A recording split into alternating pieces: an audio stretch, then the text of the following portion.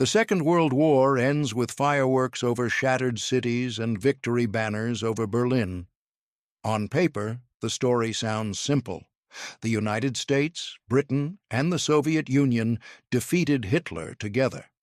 But look at what happens next. Within a few short years, the same allies are building walls, running spy networks, flooding the airwaves with propaganda, and pointing weapons at each other across Europe. No formal declaration, no front lines, just a permanent standoff, so tense that one mistake could erase entire cities. This is the birth of the Cold War. How did yesterday's partners become enemies? And why did the peace after 1945 feel like a countdown? The first battlefield isn't a country, it's the mind. In the late 1940s, Soviet audiences hear songs and speeches warning about aggressive American imperialism. The message is clear. The West is hungry for profit and war, and only the USSR stands for peace. Across the ocean, American films, newsreels, and politicians paint communism as a spreading infection. School children are trained for nuclear attack drills, taught to hide under desks as if plywood could stop the end of the world. Both sides describe the other the same way: ruthless, expansionist, secretive, and dangerous. And this fear is not invented from nothing. The alliance is cracking even before Germany surrenders. At Tehran, Yalta, and Potsdam, the leaders coordinate the war, while quietly negotiating what the world will look like after victory. By 1944, one truth is obvious. Once Hitler is gone, each power will defend its own sphere of influence. As the Red Army pushes west, Soviet influence spreads with it. Across Eastern and Central Europe, anti-Nazi resistance movements gain prestige. In many places, communists are among the most organized forces on the ground. After the war, with Soviet support and Soviet troops nearby, they are positioned to take control. In London and Washington, this looks like a new map being drawn in real time. A belt of states loyal to Moscow, stretching from the Baltic to the Balkans. In Moscow, the same map looks like survival. The USSR has lost tens of millions of people. Twice in one generation, enemies have invaded from the West. Stalin believes the country needs a buffer, friendly governments between the Soviet border and the next army that might come. Two sides look at the same reality and see the same threat, just in opposite directions.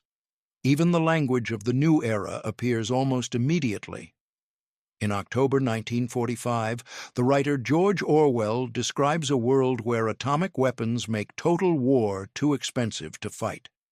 The result, he warns, will be permanent tension, powerful states locked in a kind of Cold War, a peace that isn't peace at all.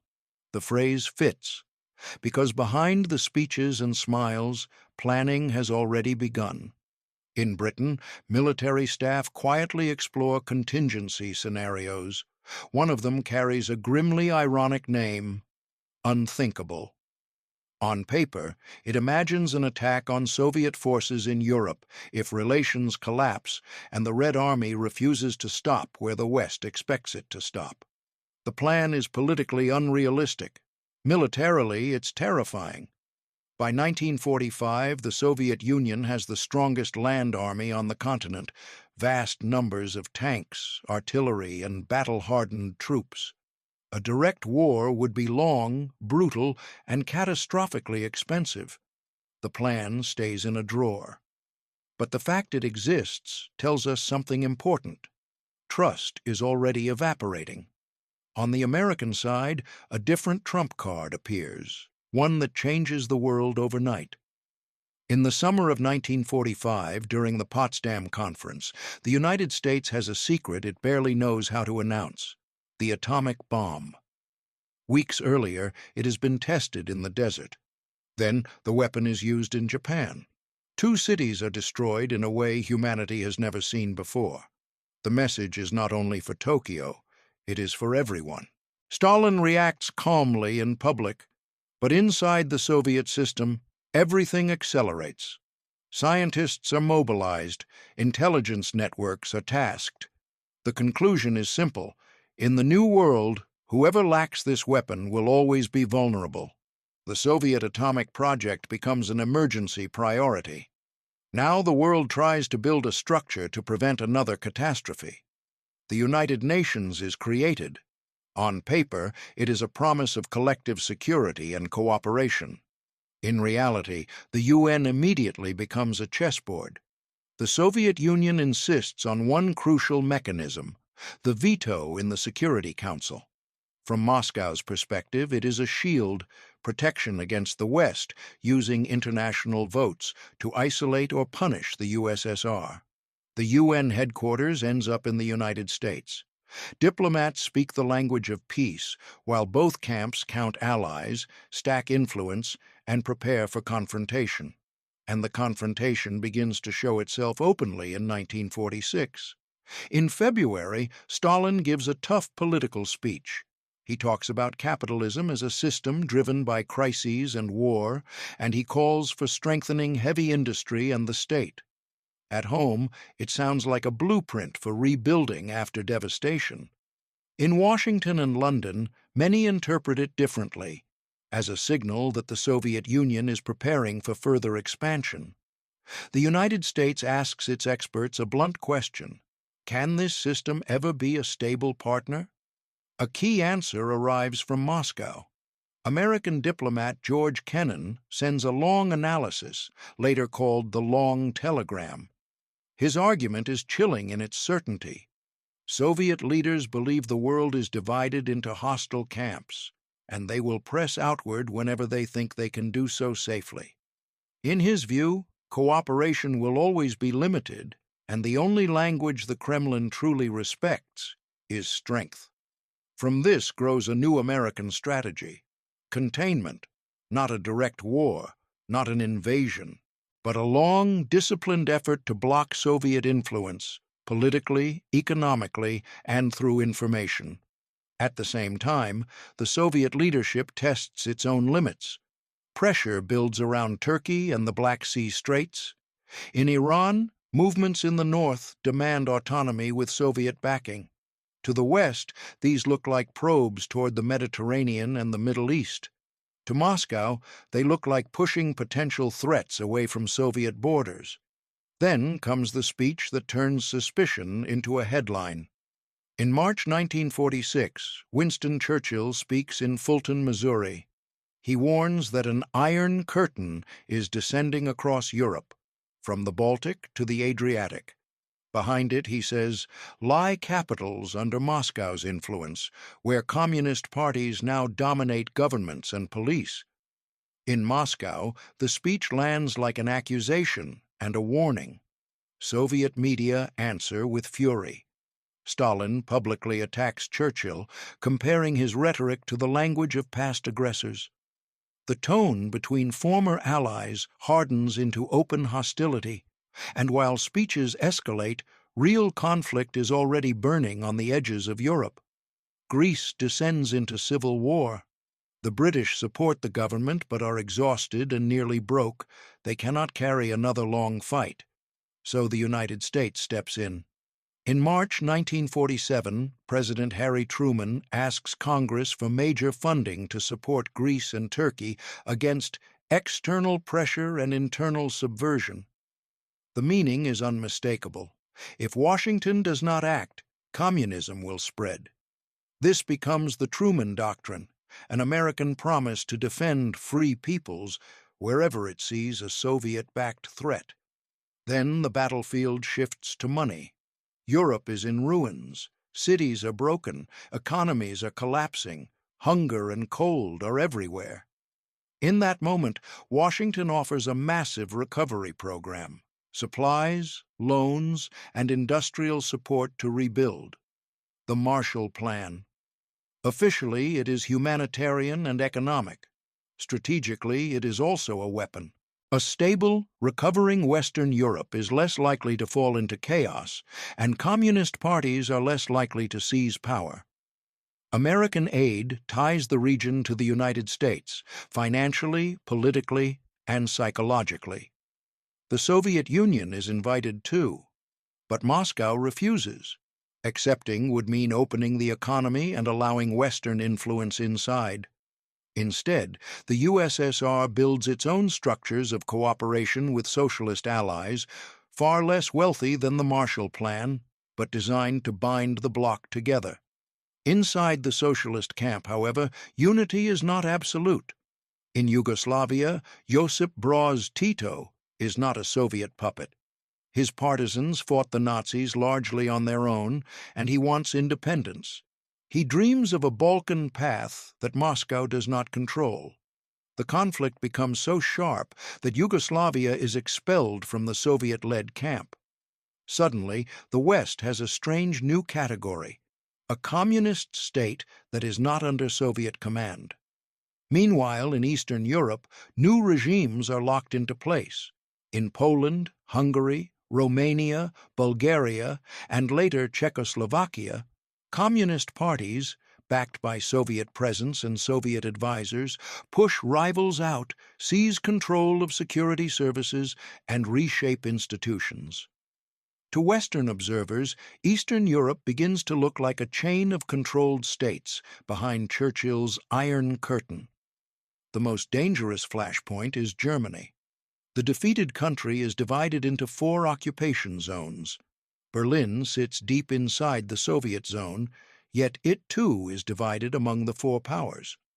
When the Western zones begin merging economically and introduce a new currency, Moscow sees a clear intention: a separate West German state aligned with the United States. So the Soviet authorities act. They cut land and river routes to West Berlin. Trains stop. Roads are blocked. A city of more than 2 million people becomes a hostage inside the Soviet sphere. The West responds with a gamble that looks almost impossible. American and British aircraft begin flying into West Berlin around the clock: food, coal, medicine, and supplies. The Berlin airlift becomes a stunning logistical operation, a constant stream of engines over the city. Pilots even drop small candy packages for children waiting near the runways. For the Western public, West Berlin becomes a symbol, a free island under siege. For Moscow, the blockade is a test. How far will the West go?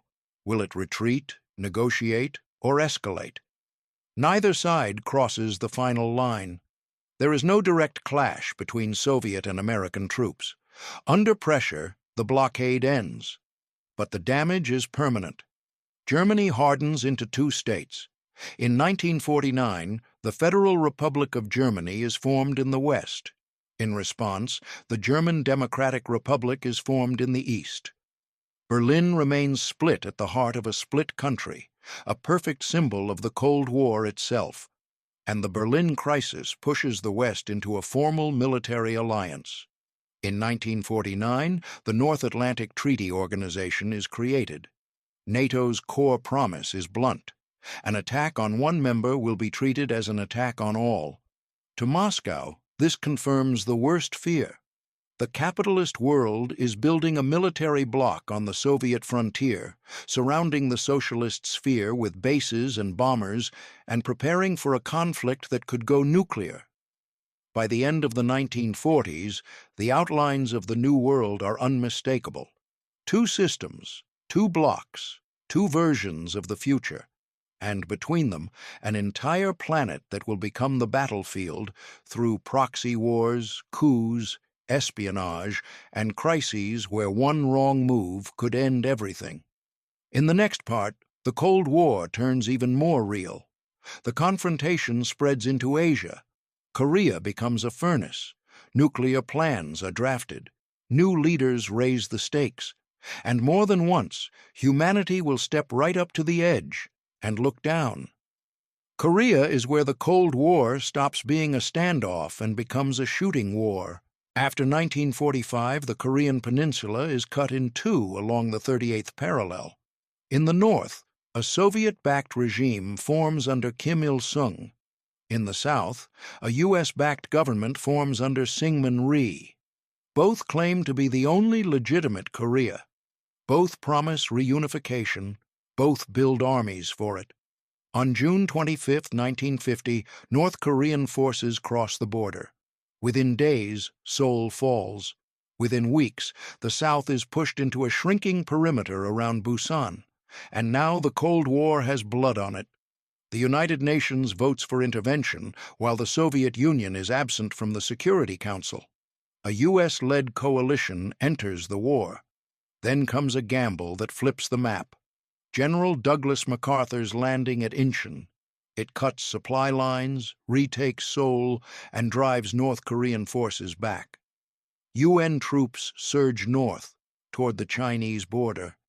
And then the war widens again. China enters, sending massive volunteer forces across the Yalu River. UN troops are forced into a brutal retreat through frozen mountains. The front stabilizes near where it began, and the war becomes a grinder. Trenches, artillery, hills taken and retaken, winter marches, and endless casualties. In 1953, the fighting stops with an armistice, not a peace treaty, just a ceasefire. The border is still there. The hatred is still there. The lesson is burned into the world. The Cold War can turn hot anywhere, and it will not stay local. Korea also locks in the Cold War reflex. Every move is read as aggression. Every defensive step triggers a counterstep, and the escalation becomes a habit. Now the arms race leaps into a new category. In 1952, the United States tests the hydrogen bomb, far beyond the weapons of 1945. In 1953, the Soviet Union follows. Humanity enters an era where a single device can erase a city region, and a chain of decisions can erase civilization. Then, in 1953, one man dies, and the entire conflict shifts. Joseph Stalin is gone.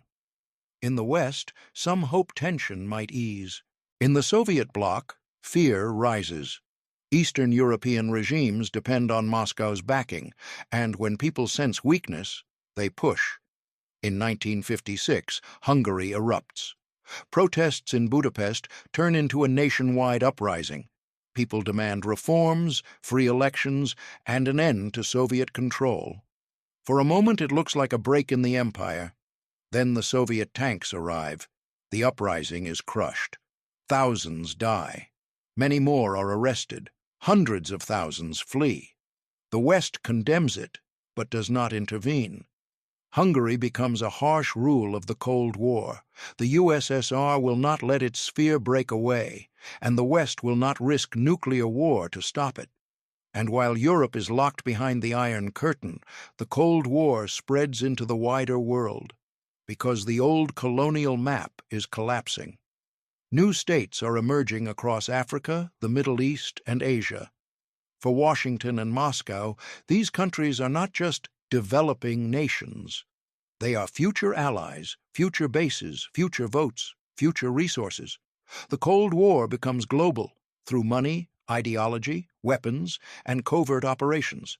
Then, in 1959, a small island 90 miles from Florida changes everything. Cuba. Fidel Castro topples Batista. At first, Washington hesitates. Then Castro moves closer to Moscow. The United States sees a nightmare, a hostile partner of the Soviet Union sitting in America's backyard. In 1961, the Bay of Pigs invasion fails, badly. The humiliation is public. The message to Castro is private and terrifying. Another attempt might follow. So he turns to the Soviet Union for protection. And now we reach the most dangerous moment of the Cold War. In 1962, the Soviet leadership secretly places nuclear missiles in Cuba. For Moscow, it is a strategic answer. American missiles sit in Turkey, near Soviet territory. Cuba is a way to balance the threat and prove the USSR can strike back quickly. For Washington, it is intolerable. Nuclear weapons within minutes of American cities. American reconnaissance captures the evidence. Missile sites, launch equipment, the proof on film. President John F. Kennedy addresses the nation. A naval blockade, called a quarantine, is ordered. The world watches a thin line in the ocean become the edge of apocalypse. For 13 days, the planet holds its breath. Soviet ships move toward the blockade line. American forces go to the highest alert. Plans for airstrikes and invasion are prepared. In Cuba, troops dig in, expecting the attack to begin at any hour. And here is the nightmare of nuclear reality. In a crisis like this, nobody controls everything. A pilot makes a mistake, a radar blip is misread, a commander overreacts, a shot is fired. Then the system takes over. The crisis ends only because both sides accept a deal. The USSR removes the missiles from Cuba. The United States publicly pledges not to invade Cuba, and quietly, American missiles are later removed from Turkey. The world steps back from the cliff. But the lesson is chilling. Nuclear war was avoided not because the system was safe, only because leaders chose compromise before accidents and pride could seize control. After 1962, both sides try to reduce the chance of a sudden catastrophe. A direct hotline is established between Washington and Moscow. Arms control talks begin. By the late 1960s and 1970s, détente takes shape, an easing of tension, at least on the surface. Treaties are signed, summits are held, trade grows, cultural exchanges expand. For a moment it looks like the Cold War might be managed, but détente has a hidden truth. Rivalry never stops. It only changes methods. Both sides keep building weapons, both keep running intelligence operations, and both keep fighting indirectly through other nations. Vietnam becomes one of the most painful examples. To Washington, it is containment in action. If South Vietnam falls, others will follow. To the communist bloc, it is anti-colonial struggle and a chance to drain American power. The war stretches for years, tearing societies apart, consuming trust at home, and leaving scars that last long after the last helicopter lifts off. Meanwhile, another race is accelerating above Earth. In 1957, the Soviet Union launches Sputnik, the first satellite. The shock is global. In the West, Sputnik is not just science. It looks like proof of rockets that can carry nuclear warheads. The space race begins. Technology, prestige, and psychological dominance. When the United States lands on the moon in 1969, it is more than a flag on dust. It is a message to the world. We can do the impossible. But even when leaders smile for cameras, the Cold War never disappears. In 1979, the Soviet Union invades Afghanistan. The West sees expansion into a strategic region. The USSR calls it international assistance. The reality is a long, grinding war that drains resources, damages legitimacy, and creates a crisis that spreads far beyond Afghanistan's mountains. By the early 1980s, tension spikes again. Military budgets rise, new missiles appear in Europe, nuclear exercises and misunderstandings produce terrifying near misses. The world learns another cold fact. Sometimes the most dangerous moment is not a battle, it is a false alarm. Then, in the mid-1980s, something unexpected happens. The Soviet system begins to loosen from the inside. Mikhail Gorbachev comes to power and launches reforms, perestroika and glasnost.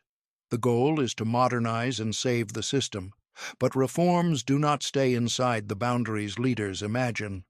Economic problems deepen, faith in ideology collapses, people start speaking openly. Eastern European states push back. In 1989, the most visible symbol of the Cold War begins to fall. The Berlin Wall. Crowds gather, checkpoints open, concrete is broken into pieces. A wall that once divided two worlds becomes rubble beneath hammers and hands. And once the wall falls, the dominoes move fast. Communist governments across Eastern Europe collapse. Countries demand sovereignty. The Soviet Union, weakened and divided, no longer has the strength or the will to hold the empire together.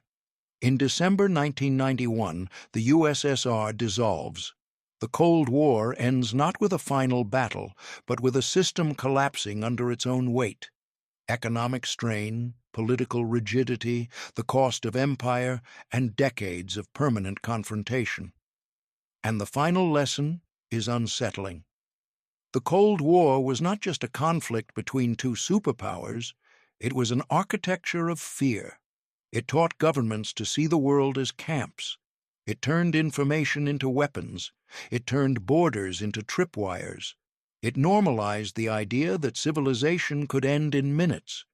And even after it ended, many of its patterns remained. Proxy wars, intelligence battles, influence campaigns, and the reflexive logic of, if we don't act, the other side will. Because once a world learns to live on the edge, it does not forget overnight. That is the real legacy of the Cold War, not just a history lesson, a warning. Sometimes the most dangerous war is not the one that explodes immediately. Sometimes the most dangerous war is the one that lasts for decades, quiet, endless, and always one mistake away from becoming final.